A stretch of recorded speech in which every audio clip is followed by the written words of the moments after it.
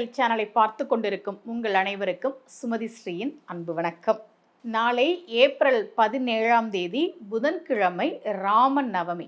ராம நவமிக்கு என்ன வழிபாடு பண்ணணுன்றதை பற்றி தான் இன்னைக்கு பதிவில் நான் உங்களுக்கு சொல்ல போகிறேன். பொதுவாக நம்ம கடவுளை பற்றி பேசுனா அல்லது ராமன் கிருஷ்ணன் இந்த மாதிரிலாம் பேசுனா அதை கிண்டல் பண்ணுறதுக்குனே நிறைய பேர் இருப்பாங்க இல்லையா? அவங்களுக்கான பதிவு இது இல்லை.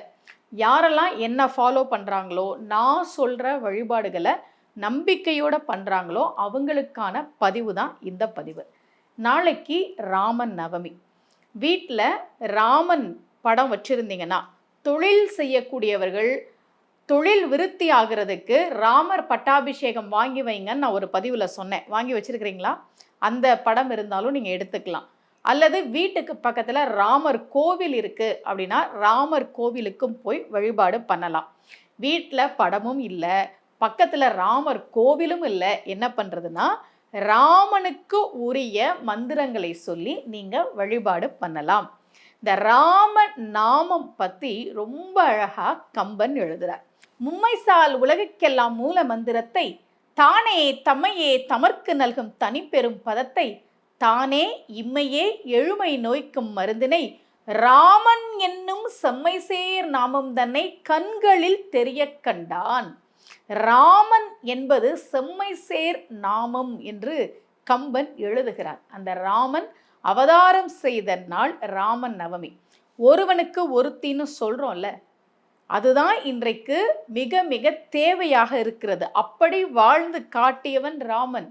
உன்னையல்லால் ஒரு பெண்ணை இனி நான் எண்ணத்தினாலும் தொடமாட்டேன்னு வசந்த மாளிகையில் கண்ணதாசன் எழுதினாரே, அதுக்கு காரணம் என்ன தெரியுமா? ராமாயணத்தை படிக்கிறார்.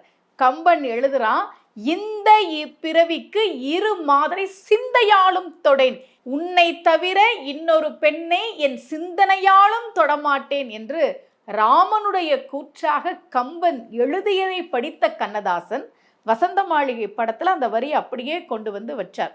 ராமன் எப்படியெல்லாம் வாழ்ந்து காட்டினான் என்பதை நாம் ராமாயணத்தை படித்து புரிந்து கொள்ள வேண்டும்.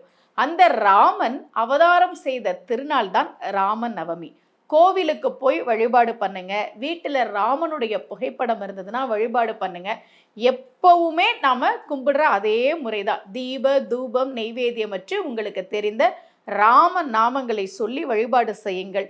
எதுவுமே தெரியாதனாலும் கவலையே வேணா. ராம ராம என்று சொன்னாலே என்ன பலன் என்பதை விஷ்ணு சகஸ்ர நாமம் நமக்கு சொல்கிறதுன்னு நான் ஏற்கனவே ஒரு பதிவில் நான் உங்களுக்கு சொல்லியிருக்கேன்.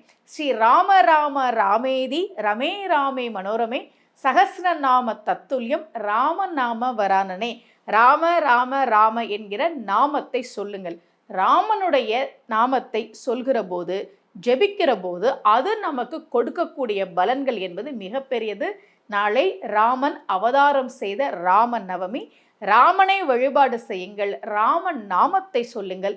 ராமபிரானுடைய அருளால் நாம் எல்லோரும் எல்லா வளங்களையும் பெற்று நலமாக வளமாக வாழ்வோம். இதே போல ஒரு பரிகார முறையோடு மீண்டும் உங்கள் அனைவரையும் சந்திக்கிறேன். அனைவருக்கும் அன்புடன் சுமதி ஸ்ரீ.